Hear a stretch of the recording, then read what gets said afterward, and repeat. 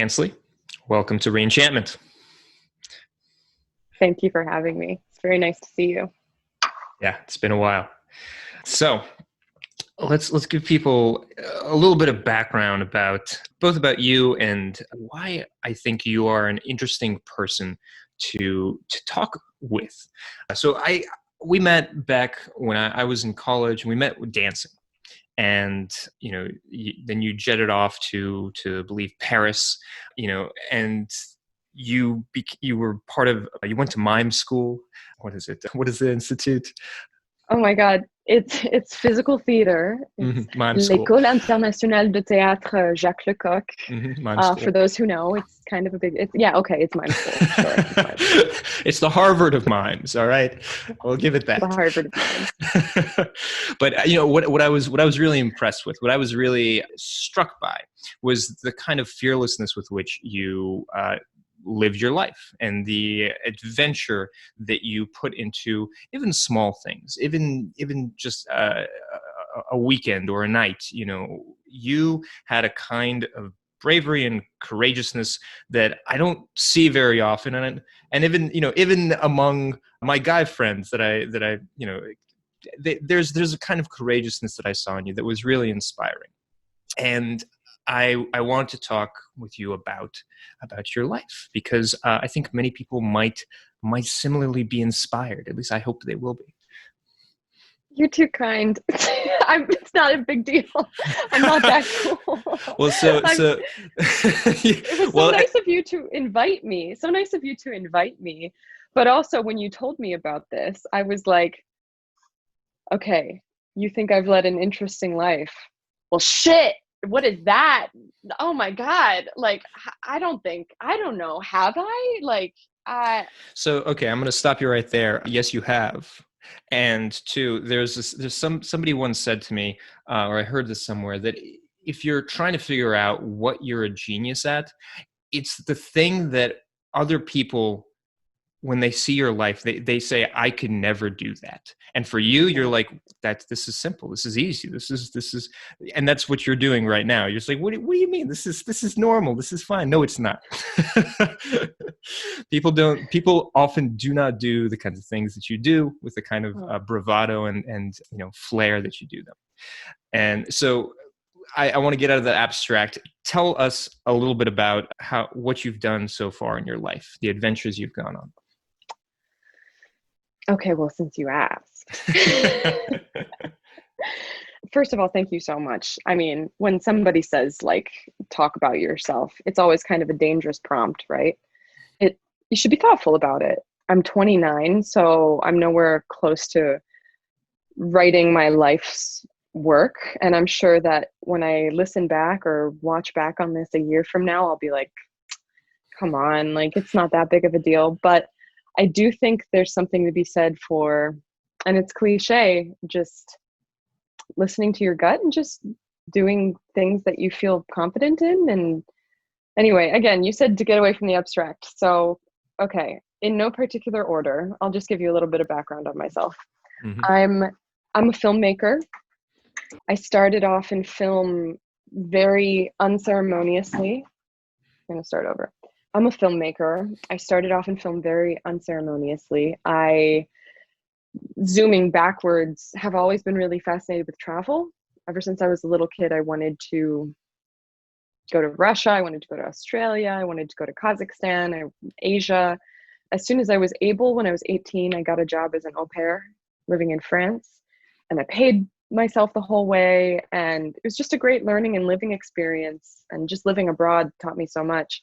And that's not very unique. I think a lot of people have had that experience, especially in 2020. I think I just got a little out of control with it. I just started traveling basically nonstop. Again, no particular order, I worked several seasons as a sailor in Greece. I delivered yachts in the Gulf of Mexico. It's just good money and it's fun. And the people are crazy. So that's very entertaining. You get lots of good life stories. I've hitchhiked all over Europe. What else have I done? As I was traveling and working as an actor. So when I was when I was working on these sailboats, part of the year I would spend the other part of the year acting and singing, and so there's a season for that. And then when the money and the jobs ran out on that, I would go and deliver yachts and help rich people relieve themselves of money with seafood. I don't know. Gathering the whole while all of these stories of just different people and cultures and religions and languages, and feeling increasingly discouraged because there's no degree for that. Mm-hmm. There's no job for that. I was only receiving feedback of like, okay, that's nice, but what are you going to do for the rest of your life? Mm-hmm. Meanwhile, I was going to UPenn. I transferred there from Penn State. So, it's not like I flunked out of college. Like, I went to a very good school. I got a very good degree. And then I promptly left and went to physical theater school in Paris. And I really wanted to be an actor, and I really followed my gut. And it was 100% what I wanted to do. So I just set my mind on it, and I got accepted, and I couldn't afford it. So I worked 3 jobs. I worked every day for months in order to be able to get to where I wanted to be. And, all of that happened by the time I was 23. And around that time, I found myself increasingly disenchanted with acting for a variety of reasons. Mostly, there's this thing in the art world that's like, oh, I'm so avant-garde. Like, and it's true in dancing too. It's like, you've never seen this before. And it's like, well, no, we've seen it all before. And I, more than anything, was frustrated with not only how derived the devised method was, and that's the method that I used in theater, the devised method, which sounds great. Like, you take inspiration from your surroundings, and that informed me later. But it's a lot of like, I'm feeling, and that's what you're acting. It's this is the face. It's like, I'm feeling so much right now. Can you see how much I'm feeling? And the problem is, people don't care. People don't care about that. You don't convince anybody of anything new. Mm-hmm. You're not pushing past any boundaries. It's all the same people in that theater. It's all the same subscribers. That theater can only fit 50 people. It's a necessarily limited audience. So you wanted something more authentic, more real, less of the less sauce on it, and more more meat. Yeah, I think you could say that. I think that's a really good one. I'm going to use that from now on. Yeah. Except I like the sauce more than the meat lately. I don't know what that says about me. But no, I also was confused because I wanted to travel, and you can't really travel as an actor. And so I didn't know what I was propelling myself into. All I knew was that I wanted to live out of a backpack. Mm-hmm. I bought a camera, and it was kind of cool. I made some cool looking stuff. I didn't know anything about photography. I was just traveling to Israel and Turkey and Germany and, hanging out with my friends and couch surfing on the weekend. I was just a young 20-something, just like, I don't know what I'm going to do, but I'm just going to pursue it as much as I possibly can. Mm-hmm. And what that looks like is working part-time at a cafe, when you live somewhere for 6 months. And that's not being an artist. And that looks frustrating too. I felt like I was giving my time away, and I didn't want to compromise. I mean, I'm happy to compromise. I'm happy to work hard, but not when it doesn't further your destiny. That's the wrong word.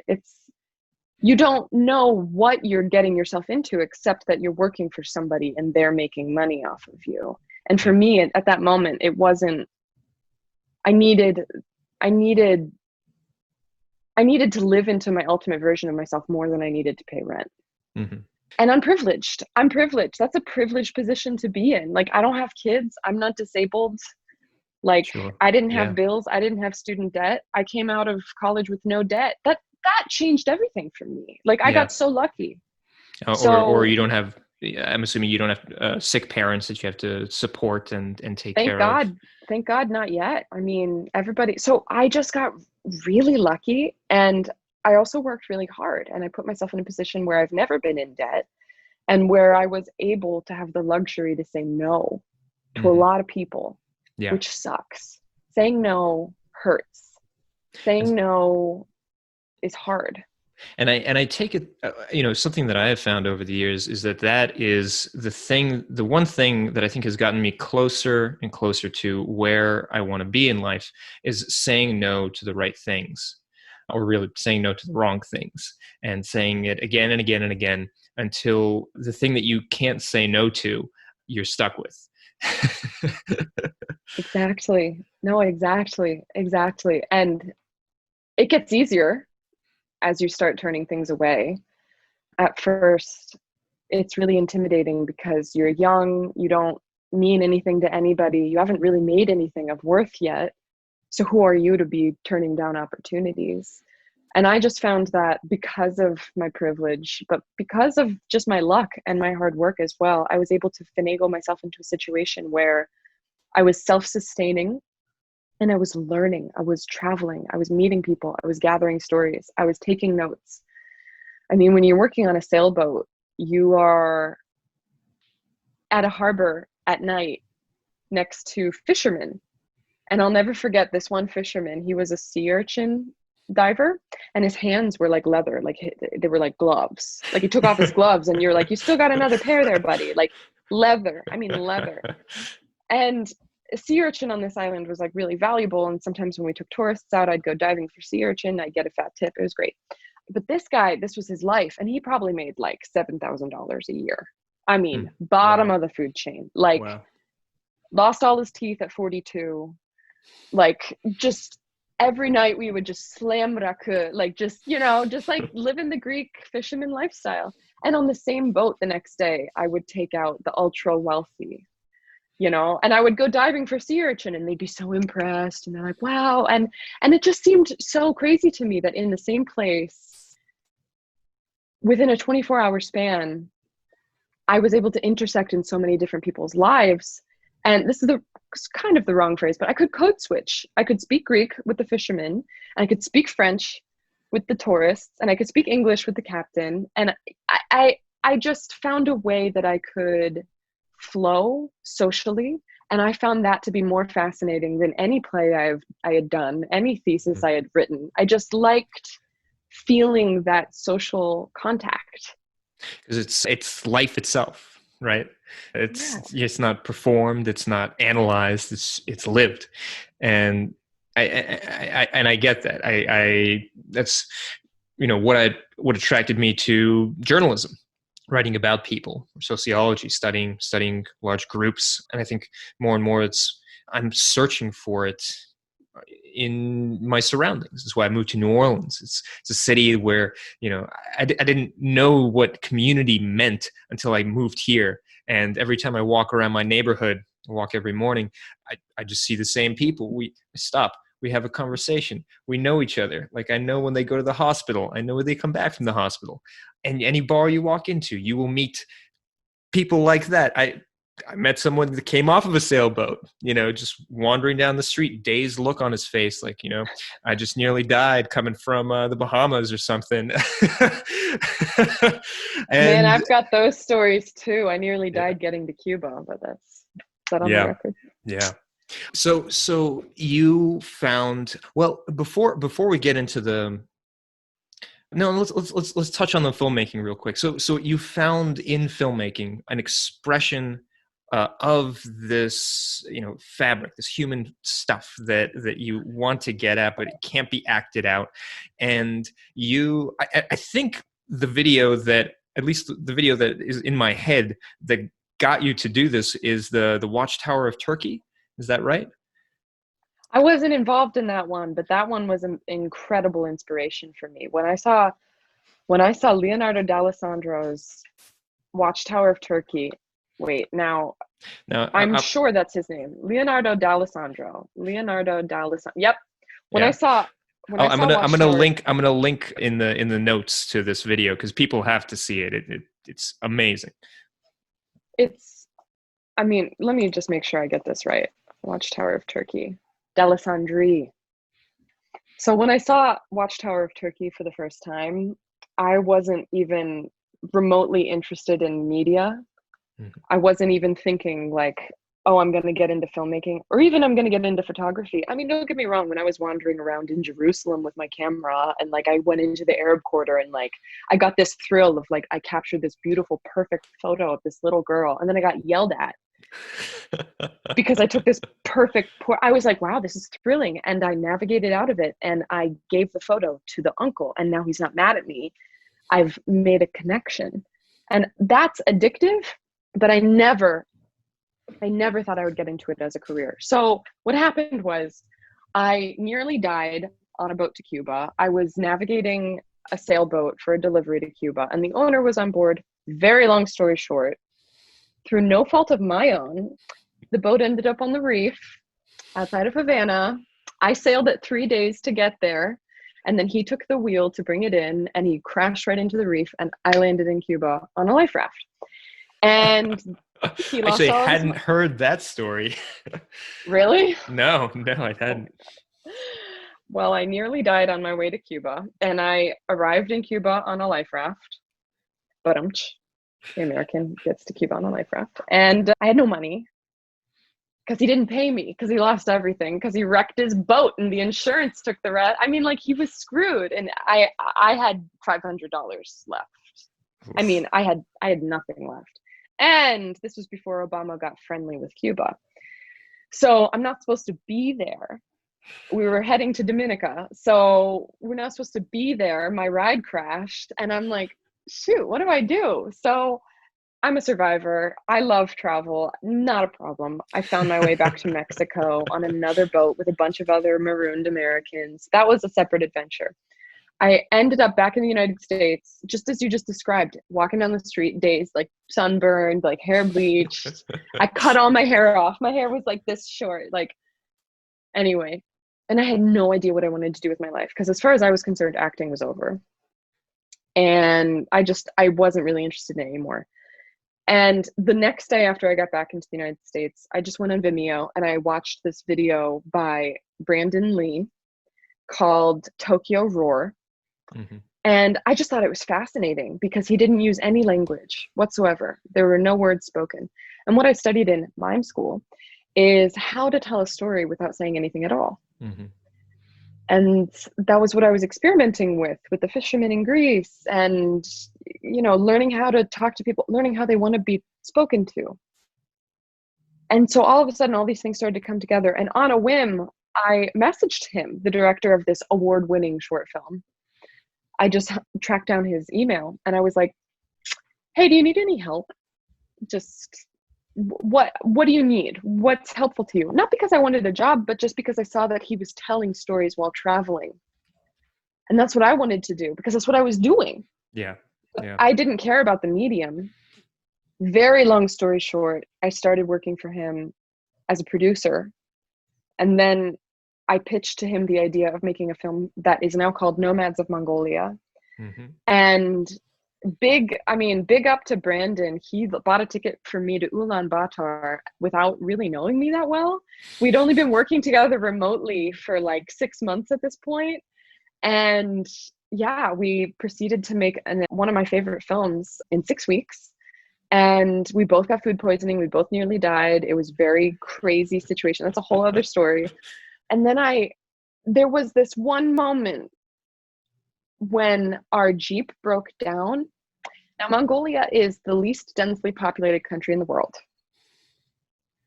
But this part of Mongolia was on the Mongolian-Russian border. So it's in the it's in the Altai region on the west, where the golden eagles are, they're ethnically Kazakh people, not Mongolian. The golden eagles are a people? Great question. The golden eagles are eagles that are golden. They're not golden. They're huge. Tip to tip, their wingspan is greater than any other like bird of prey. Wow. They're the biggest eagle. I'm pretty sure that's correct. Anyway, so these people hunt with these eagles. They train these eagles, and that's how they subsist. They're nomadic. They're completely nomadic. So we went out there to see them and make a film about them. And our Jeep, it's not a Jeep, it's like a Russian Jeep. Our Jeep driving from the nearest airport to where we were trying to go, which is like an 8-hour drive, broke down, and there was some problem with the tire. And again, least densely populated country in the world. So somebody passes us, but they say, oh, there's a truck about 2 hours behind. They'll have a wrench big enough. 2 hours behind. Right. So we're stuck. So we know that a truck is coming in 2 hours that has the hardware necessary to fix our problem. So Brandon handed me a camera and he's like, go cover this, go film this. And I had no idea. I was like, how do I turn it on? Like, I had no idea what I was doing. And I did my best. I worked really hard. I climbed to the top of a mountain. I got a really high view. I came back. I got shots of the tire and everything. And it sucked. The footage was so bad. It was overexposed. The frame rate was not correct according to the shutter speed. The ISO was bumped up for some reason. I mean, the white balance was off. And over the course of the next 2 years, I learned, I'm not going to say everything that he knows, but he taught me his style, his method. And I went from not knowing a thing, not even wanting to film anything, to being a producer, to being a second shooter. And now, years later, I'm a director, I'm a shooter, I'm an editor, I'm a producer. I do it all. And you have your own company now, is that right? Yeah, I have my own production company, which is so cool. Wait, what is it? Like, what is it called? What's the name? It's called Torque World, and it's TORQ. And it's growing. I'm learning. I'm not very good at branding. I'm not very good at advertising myself. Well, consider yourself advertised. TorqueWorld.com. But really, I've had a difficult time aligning myself to a single brand because it's Ansley Sawyer. It's me. It's my brand. It's my story. It's my life. Like that's having some branding crisis over here. But no, you're so kind to ask. I think what it really comes down to is storytelling, connecting with people, and making other people feel good. Mm-hmm. Making other people feel like you're not parachuting in to steal their information. Making other people feel valued and loved and heard. And sometimes you just need to listen to them, even though you know that they're not giving you what you need. Mm-hmm. Sometimes they just need somebody to tell their story to. Yeah. And you just need to be patient and show them that you're listening and show them that you care. Even if you know in the back of your head, they're not speaking in complete sentences, they're not looking at the camera, they're talking about the thing I asked them not to talk about. Sometimes less is more. Yeah.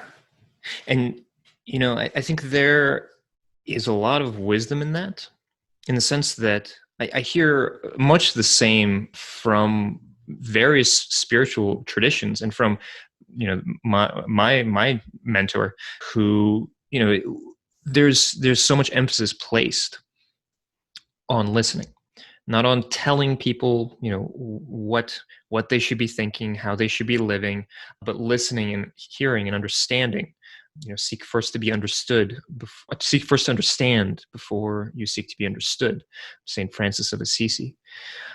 And there's something really important about, being able to tell your story, being able to have your story recorded, preserved in written format, in audio, in video, that is crucial, I think, to meaning making. It's crucial to, well, what most of the religious and spiritual traditions of the world, they're based around stories. They're based around, oftentimes mythologies and mythologized stories. But stories give us a possibility to make sense of our lives and to put our lives in a context that is larger than just ourselves. Absolutely. And yeah. So I hear and I see that in your work, and in anybody that really, goes into a place without much of an agenda except to find human beings that are living beautifully. I like that. What did you just say? Human beings who are living beautifully? Yeah. It seems to me that your agenda is simply that.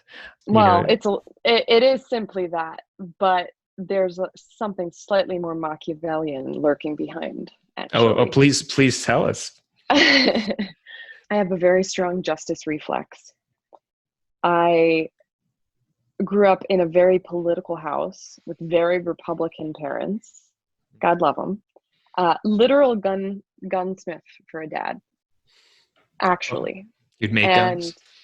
yes, and repairs and refurbishes. And it's an art form. And I've learned so much from him and from my mom, and even in all the ways that we disagree and agree. I mean, just taking that as an example, I, growing up in that house, like learning all of the Republican talking points, Hmm. learning about why gun control is bad, and embracing that and fully bringing it into my psyche and sense of self. And then Socratically, like peeling back the epistemological, is that a word? Layers of like, why do I think what I think? Yeah. And being challenged by my husband, honestly, for the first time when we first met 11 years ago or however long it's been, just to be like, with a lot of love and patience, saying like, well, why do you think that? Hmm. Why, describe to me why people who are disabled aren't as valuable. Not that I ever thought that, but like problematic Hmm. assumptions, Yeah. being able to walk it back. And I think the Machiavellian sense comes in terms of, I think that there is right and wrong, not objectively, but just in terms of the meaning that we've created for ourselves after 40,000 years of being humans and passing down mythology and our collective consciousness. Hmm. I think that I can see what's wrong. I don't know so much what's right. I feel what's right. I'm not sure it's right, Hmm. but Sure. I can share that good feeling with people. But when it comes to things that are wrong, we can tell stories about what's wrong. And instead of branding it as wrong, you say, let's tell this story. Let's ask this person why they think what they think. Hmm. And let's talk to the survivors, and let's examine the past when this wasn't the case. The example that pops to mind is I made a film a few years ago with my co-director, and he was also the DP of that project, and he edited it as well, just to give him full credit. It's called Like We Don't Exist, and it's probably the most heart-wrenching project I've ever taken on. It's about the I longest, remember. I remember this. Yeah. yeah, yeah. It's about the longest ongoing civil war in the world that nobody knows about. And that war, Tell us about it. What's the context? yeah, the context is in Myanmar, which was formerly called Burma, which was formerly called a bunch of principalities and kingdoms that eventually got colonized and called Burma. Like much of the now developed world, the borders are, arbitrary Hmm. up until 1849 or whatever it was.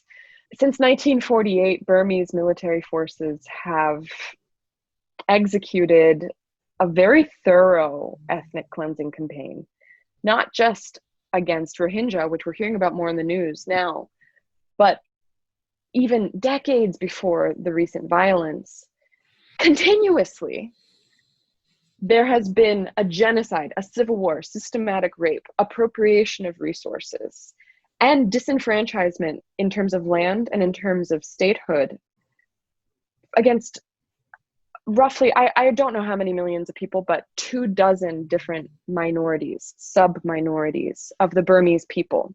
So Hmm. they're religiously, linguistically, culturally, I mean, even their food is different. They all look Asian, to an Hmm. American, they'd be like, oh yeah, you're Chinese. But no, they're very, very, very different. Hmm. And I discovered this community when I was traveling through Thailand, and I met a friend who became one of the subjects of the film, who inspired me and Corey to make this film. And the point for me to make that film, to bring it back to the Machiavellian impulse, was we have to make it awkward for the Burmese military government to continue murdering people, hurting Yeah. people, kicking them off their land. Did we succeed? No, they're still doing it. Yeah. They're still awful. They're still doing it. But what we did do is a lot of those people who are refugees, and we went to the refugee camp and we spent 2.5 years on this project, and we lived there. We didn't just visit for 2 weeks at a time. Like I quit my job working for Brandon and I moved to Thailand to pursue this film full time. Wow.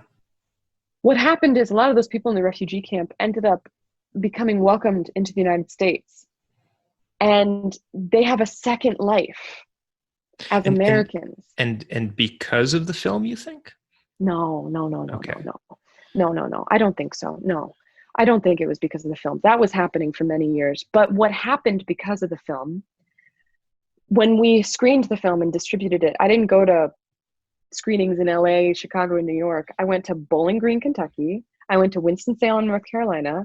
I went to Springdale, Arkansas. I went to Austin, Minnesota. I went to small towns that have brought in an inordinate amount of refugees, not just from Burma, but also from Somalia and Ethiopia. And you get these little towns that 15 years ago were 99% white, like Polish, like in Minnesota. And then you get these survivors of the worst travesties that the world has ever experienced. And there's nothing more American. And the thing is, these people are very diminutive. The Karenni, this is the group that I worked with, the Karenni. They're very humble. They never talk about themselves. So they would never share this terrible story. So what we were able to do in these communities is to come in, to present their story. And they're looking straight in the camera, and it's them expressing their truth. You can't disagree with somebody saying, my father was killed on a Tuesday. That's not political. You can't say fake news to that. That's a fact. Mm-hmm. Yeah. And when you present somebody's truth that way, when you give them a platform, it wasn't about me as the filmmaker. We didn't have a voice. I don't do that Ken Burns style with the narrator and the slow pans. No, the whole point is to sit you, the viewer, down in front of this person and look into their eyes and hear their experience and hear their life and realize, oh, we're the same. That person, they just want good food. They just want peace. They want to work hard, but not too hard. They want to be respected. I want those things. They look different. They speak a different language. But the film is a success if at the end you go, oh, okay, I really thought that they were different and they're not. And that's, for me, that's the purpose. That's to show our essential humanity. Yeah. And I think that is another component that I see. In mystical states, for example, they talk about how you have a sense of unity with the world, with everything. And, among that sense of unity is a unity of all mankind, of all humankind. And I think that really good films do that. Really good films that get at, what it is to be human. They show us that humanity. And if it's successful, if it's beautiful and honest, we leave the theater, or the experience of watching that movie is itself a sacred experience. There are certain movies, they're few and far between, but there are certain movies for me that I have to watch alone because they are so important to me.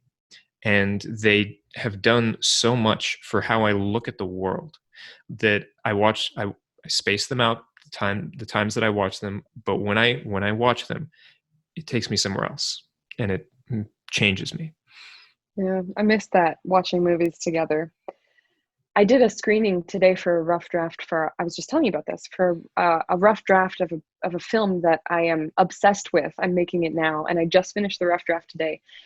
And I presented it to my client, the hospital. So it's like 5 people on a team. And they were like, okay, just send us the link. And I said, no.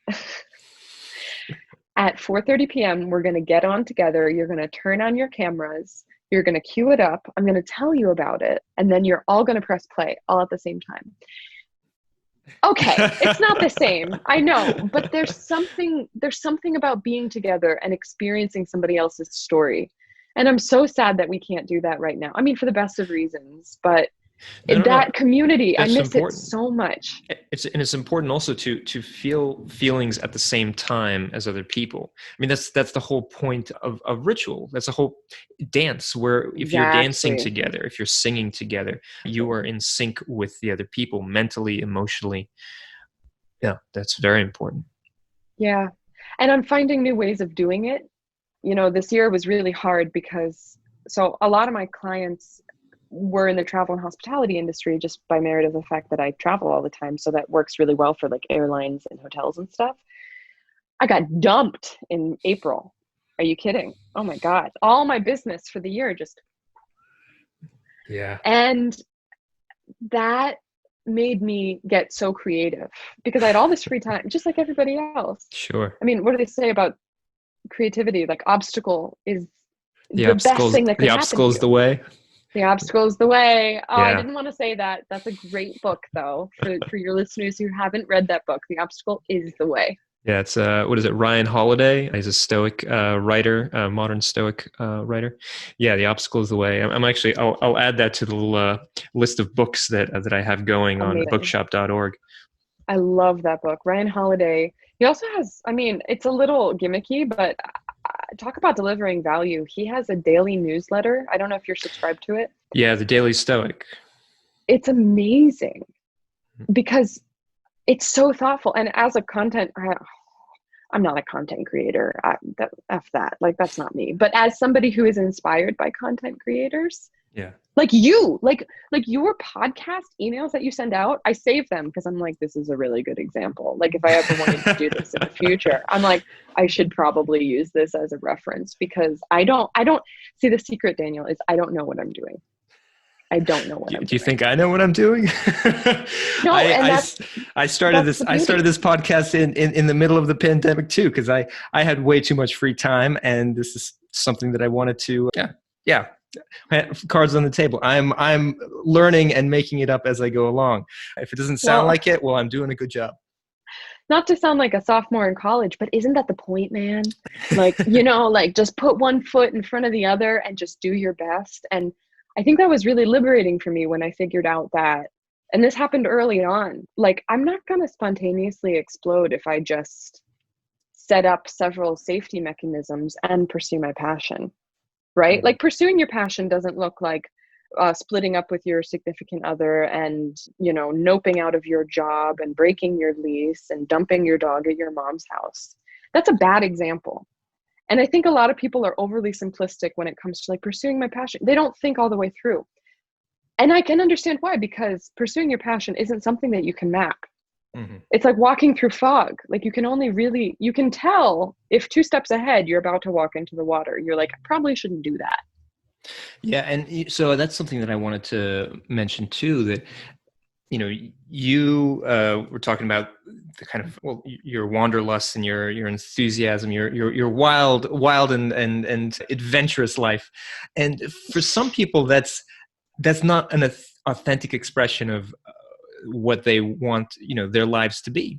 Maybe some people want adventure, but not that much. Or maybe some people don't like to travel. Yet there are ways of living an authentic and passionate life sitting at home, sitting in your workshop if you're a woodworker. Yep. Creating a community that is just in your small town, just in your small neighborhood. You never leave.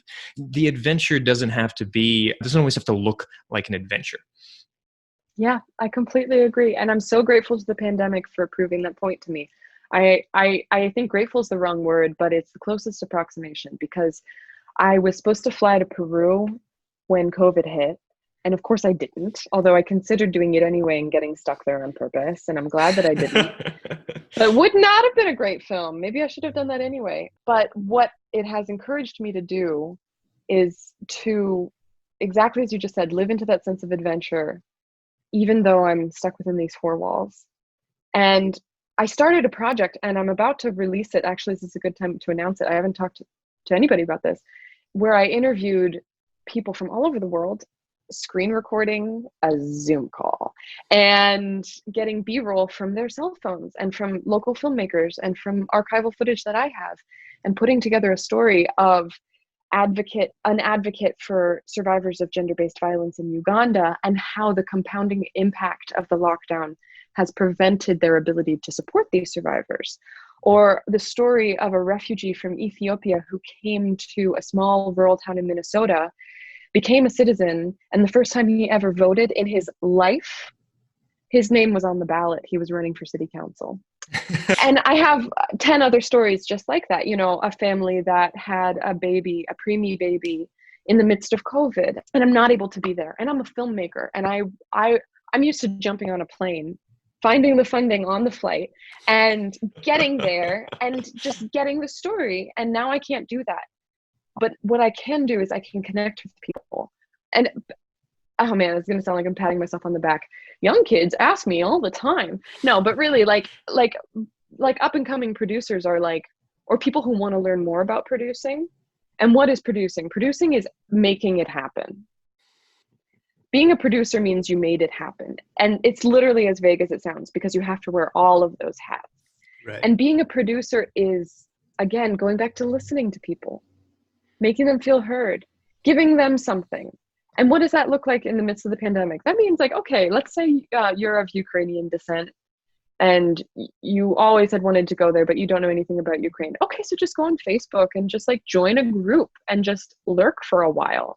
Like Ukrainian Americans, people are passionate about this stuff. You know, they'll upload all of their like painted ceramics and their cute little like pastries and stuff, and you'll learn about it and you'll connect with people. And if you give yourself a challenge, and you can figure out what the challenge is, your gut will tell you what's the right challenge.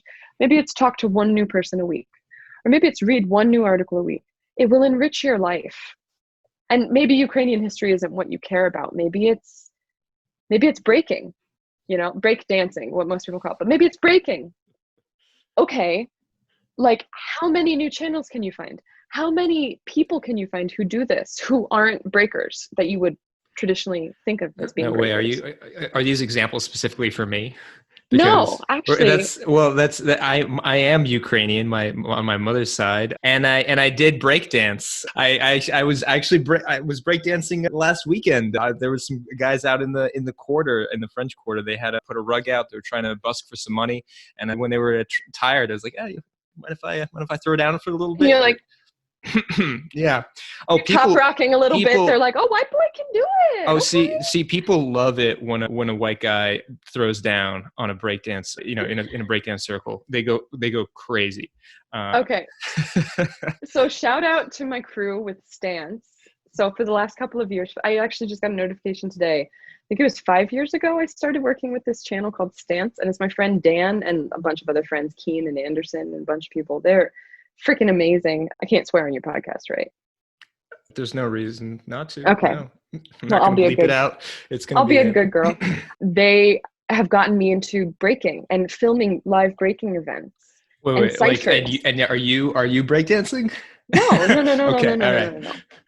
Yeah. I would love to learn, but the focus for me is on being a live stream camera operator. I mean, these guys move, and I've got to rack focus, and just in terms of filmmaking, it's incredibly challenging. But again, to bring it back to this core theme, whether it's breaking, whether it's Ukrainian culture, whether it's ski joring, whether it's raising miniature dachshunds, you know what I mean? Whatever your passion is. Because the thing that frustrates me is that people are like, oh, I'm not passionate about that. I'm not passionate about that. And then you start to meet people who aren't passionate about anything. And then they start to, I mean, I've seen this happen with some of my friends. They don't see themselves that way, but they're frustrated because they feel that they've pegged themselves into a corner where they're not really passionate about anything, because it's hard to be passionate about things. It's risky. You're making yourself vulnerable. You're saying, I care about something a lot, and somebody could take that away from you. Yeah. And that's dangerous. And you don't want to have that loss. And a lot of people have been through a lot of really tough stuff this year. It's too much to ask that you investigate an adventure. You know, it's too much to ask that you join a Facebook group. And I get that. And all of these hypos will sound absurd until you put yourself into it. It's not about living more adventurously. It's about living more authentically. Yeah. You know, so I want to ask you about something here, because when we were chatting on Facebook, you know, to talk about setting this up, you mentioned that you wanted to talk about positive nihilism, that's a kind of philosophy by which you live, and I have the quote here. He said, "If nothing matters, we can do anything while we inhabit this meat sack." And so I love that, and I love that mentality. And really, because, you know, for those who are listening, that, you know, many people are not atheists, naturalists, people that don't believe that there is an overarching purpose or meaning to either our lives or the universe. And so for some people, that can be a hard pill to swallow. That can be heavy. And, you know, to know that you're not meeting your loved ones after you die, that everything you do will eventually turn to dust and be forgotten. And yet at the same time, and I think this is what you were getting at, if nothing matters, then you're free. That a weight is lifted off of your shoulders. So there's that point. But at the same time, we've spent this entire episode talking about things that matter, and things that matter to you, the things that you make films about, the experiences and the conversations and the adventures that you've gone on, the people that you've met. And so on the absolute level, things don't matter. That, there seems to be no climax to eternity. There's no, end towards which everything is headed. Not that we can tell anyway. But on the relative level, on the day to day, there's so much that matters, and so much that it's why we get up in the morning, right? It's why you make films. It's why, I write or do this podcast. We care about things, and that passion, that's what makes humanity. So it's the stuff of life. Absolutely. Man, that was it right there. I couldn't say it any better myself. Welcome to, I'm glad you listened to Re-Enchantment. That's the end of the whole show. There are going to be no more episodes after this because we've done it. But here's the other thing, because tying it back to what you said, people being passionate is vulnerable. There's a lot of fear associated with that. People are afraid to pursue their dreams for a whole host of reasons, beyond just like the logistical. It will be difficult and maybe even impossible. Even if it is possible, there are layers of fear. And so I guess for those who want to live more authentically, that want to pursue their passion, whether it's an outside in the world adventure or something completely their own, how do people get over that fear? How do you do it? That's a fantastic question. But do you have fear? If you don't have fear, that's not a relevant question to. No, sometimes I look at you and say, I'm like, she's just not afraid of anything.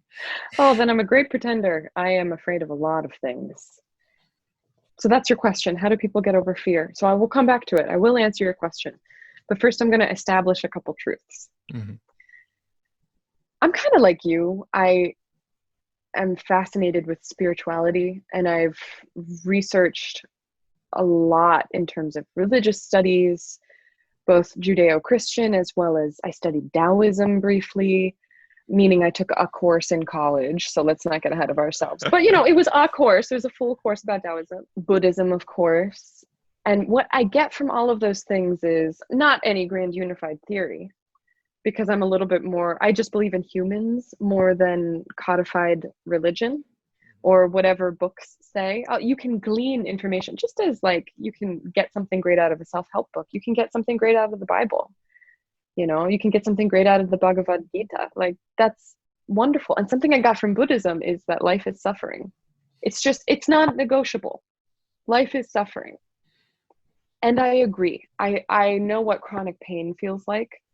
I know what depression feels like. I know what trauma feels like. I know what heartbreak feels like. I know how I feel when somebody I love is hurting. And I know that none of those things are avoidable. They are mutable, right? You can flow in and out of that pain and out of that fear and out of that suffering, and you can prevent it, but it is inevitable. So doesn't have to be depressing. It's just true. We're going to get older and our bodies will fail and we will experience pain. Many of your listeners will know what chronic pain feels like. Just existing, just breathing, just standing, just sitting hurts. That's what life is suffering means to me. And it's not a bad thing. Because again, in terms of the absolute, does the universe suffer when I suffer? No. But am I going to be worried about how the universe feels? No, because I can't control that. I know that in 120 years, I'll be dead. And I've really got my sights set very high on a very, very, very long life. It's going to be ridiculous. I'll be falling apart, but it'll be good. But I know that the majority of my presence on earth will be in the form of dust, literally. Like right now I'm in this form, and that's so cool.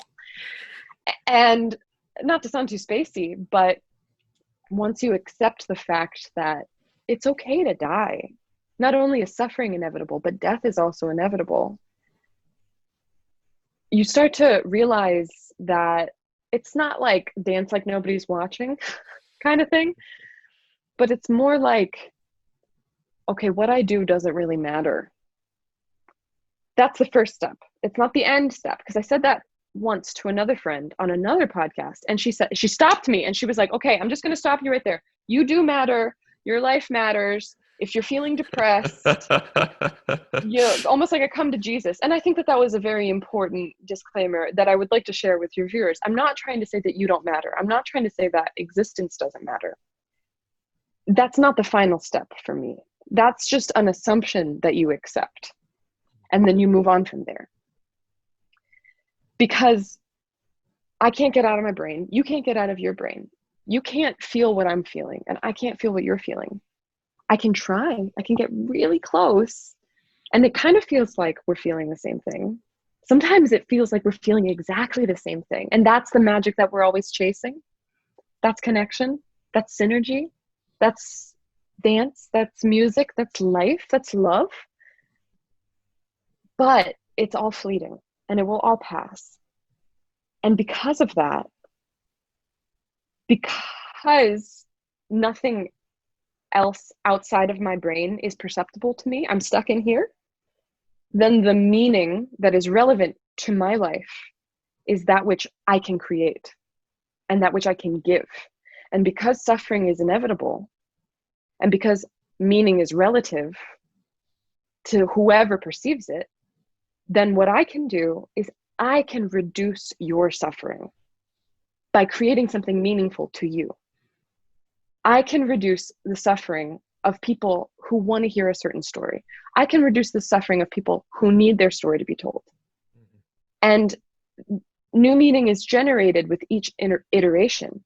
Like when we made the film about the refugees, I thought that was the ultimate meaning. No, it was about the people who came to America and who needed to tell their story to their new neighbors. And for us as Americans who are grossly intolerant of those who are too vulnerable and too scarred to speak for themselves, sometimes it just needs a boost. Mm-hmm. And you can make new connections, and you can't write anybody off. You know, I was a Bible thumping Republican for the first 18 years of my life. I was converted. Like, you know what I mean? Like, there is hope.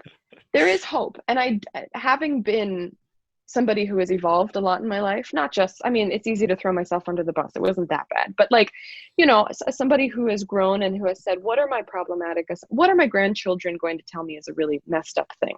Mm-hmm. Like, I can anticipate that. I don't have to wait to be in my old age to wonder at what suffering I'm causing now. Mm-hmm. Just because we're living within this paradigm it's so impermanent. It doesn't matter. So that's a really long-winded way of saying it's not that nothing matters. That's why I kind of cringed when you read back to me what I said. Many things matter very much. On a universal level, it's just dynamism. It's just atoms moving around. Yeah. That's it. But for us, in our human experience, it's so rich, and we have such a broad spectrum of things that we can experience. If all you want to experience is Netflix, I mean, more power to you. Like, I am not here to hate if it's basket weaving, you know, if it's scuba diving, if it's filmmaking, if it's cooking, if it's being a good mom. Great. Like, don't waste time beating yourself up. Don't think, oh, I'm such a failure. Yeah. There's no point to that. You're not answering to anybody. There's nobody to apologize to. Right. Yeah, no, there's, you know, I often think, you know, in judging a life, you know, really what I am looking for is not whether somebody's lived a good or a bad life. I ask, are they living a beautiful life? And something that I ask myself a lot too, because morality is, you know, much like purpose, it is something that is human made. But beauty, when we see it, it looks, you know, it's in the eye of the beholder for sure. But if we are satisfied with the beauty of our own lives, nobody can take that away from you. Yeah, that's right. And it doesn't need to exist. That's the other thing. A lot of the times when I'm like banging my head over a story that I'm producing, I'm like, nobody knows about this. Nobody cares about this. I could stop right now and it wouldn't hurt anybody, except the subject might be disappointed. But when you release it and when you create new connections, and I'm not saying, oh, my work is beautiful. I am learning. I am growing. I am developing. I know a thing or two, and this is a lifelong pursuit. Your work is pretty good. I've seen most of your work. It's pretty good. Thanks. But it's not that things aren't important, and it's not that beauty is the only metric. It's that we have this magic ability to create something that never existed before. And it's intangible. It's not something that can really be measured. I mean, you can try, and we approximate it. But I'm just fascinated by the pursuit of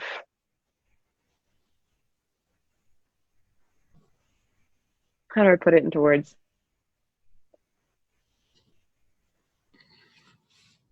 I got to think about this because I'm almost there and I'm still sussing out the whole positive nihilism thing myself.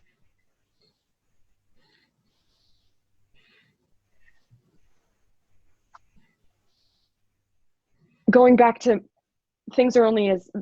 going back to meaning is what you create. How cool to create something that somebody else finds meaningful. Mm-hmm. And it changes their life. And it doesn't mean that nothing matters. It doesn't mean that you can do nothing. It means that everything matters. It's the opposite.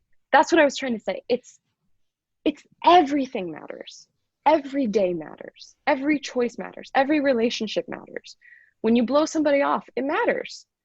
When you stop somebody and say a kind word, it matters. Yeah. You're making the world a better place. And it's not because you're trying to get brownie points to enter heaven. Mm-hmm. It's because this is it. This is the only thing that matters. And even if all of this disappears, and even if the human race and the planet Earth and all of this goes away without a trace, it will still have mattered. Yeah.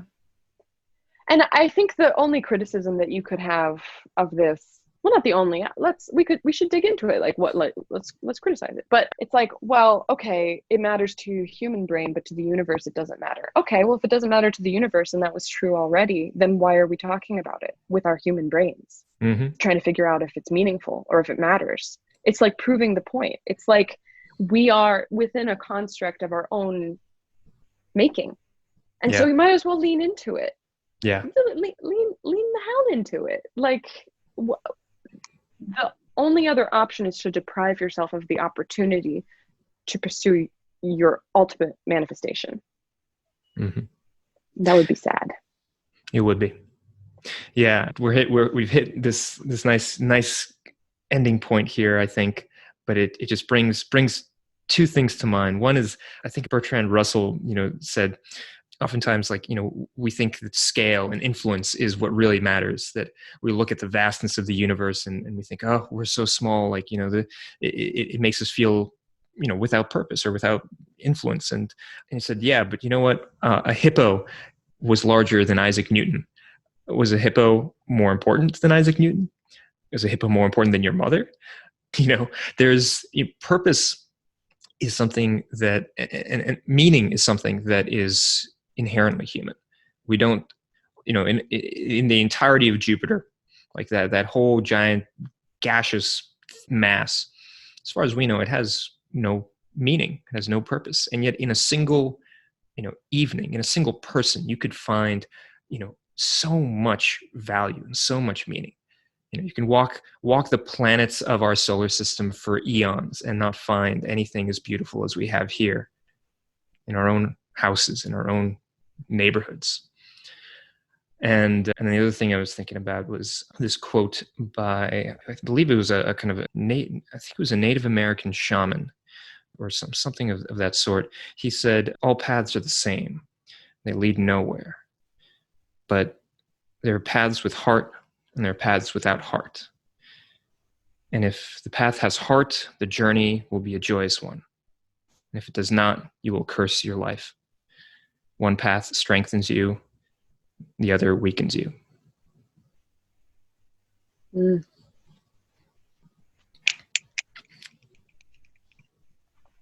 Mr. Poet Man. Very nicely uttered. Did you memorize that? I've been reading it the past few days over and over again, and it's stuck in my head. Damn, son. That's crazy. I mean, that's Robert Frost-esque, of course. But what I like about that, again, there's no pressure. I think one thing I was afraid of with this conversation, the way you were framing it, like I'm such an awesome human being, is like people will be like, You oh, are. okay. If I were listening to this, I would go, okay, why should I care? And I think if I could say anything, it would just be, you shouldn't. Don't care about, don't spend your time on me. Spend your time on the things that you really care about. I've been helping a friend recently who's going through just sort of like a purpose crisis because they find themselves in a job that they were once very excited about and now they don't identify with at all. And it's very hard to wake up one morning and realize, and it's never waking up one morning, right? It's never that. It's, you have a creeping sensation for a long time that you're not where you need to be and you don't feel the way that you want to feel. And the worst part is that it would take a series of events to get you out of that situation. And that's too hard. Again, it's like walking through the fog. Yeah, it's not realistic to be able to see ahead. You don't have that power. You're just yourself, And I think what I would say is just one step at a time. Start moving in the direction that feels good. If you've got two paths and one your gut tells you that you should be walking on and the other one you've got this weird spooky feeling, the money doesn't matter, honey. It doesn't matter. The luxury, the convenience, if you're going to die an early death, it doesn't matter. And whoever I'm speaking to who needs to hear this, you'll be mad at yourself for not having been honest with yourself sooner. And for me, that's a major motivator. I want to die knowing, if I die, when I die. I'm still grappling with my own mortality a little bit, but I'm ready. I'm totally ready. Nothing matters. It's good.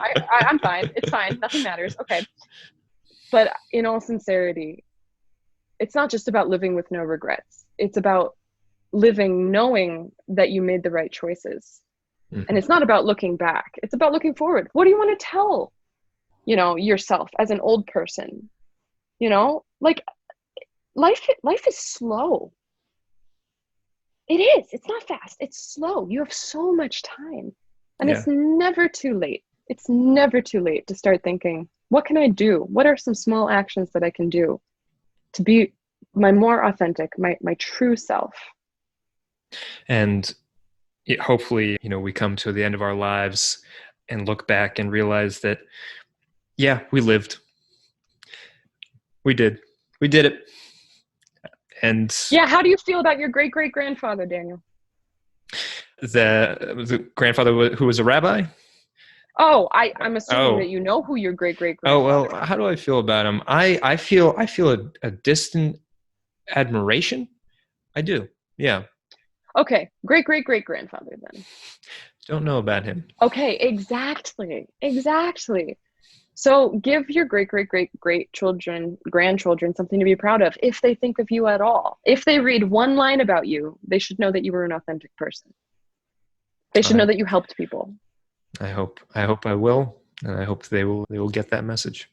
Well, 200 years ago, they didn't have podcasts.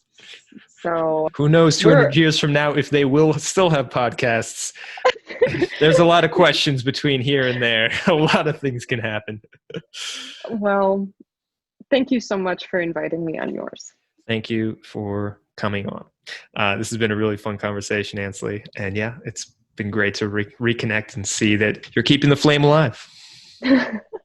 Always a pleasure to speak deeply about inane topics that only matter to us. Nobody else cares a whit about No, this what we isn't just relevant said. for anybody at all. No. All right. Thanks, Ansley. Thanks.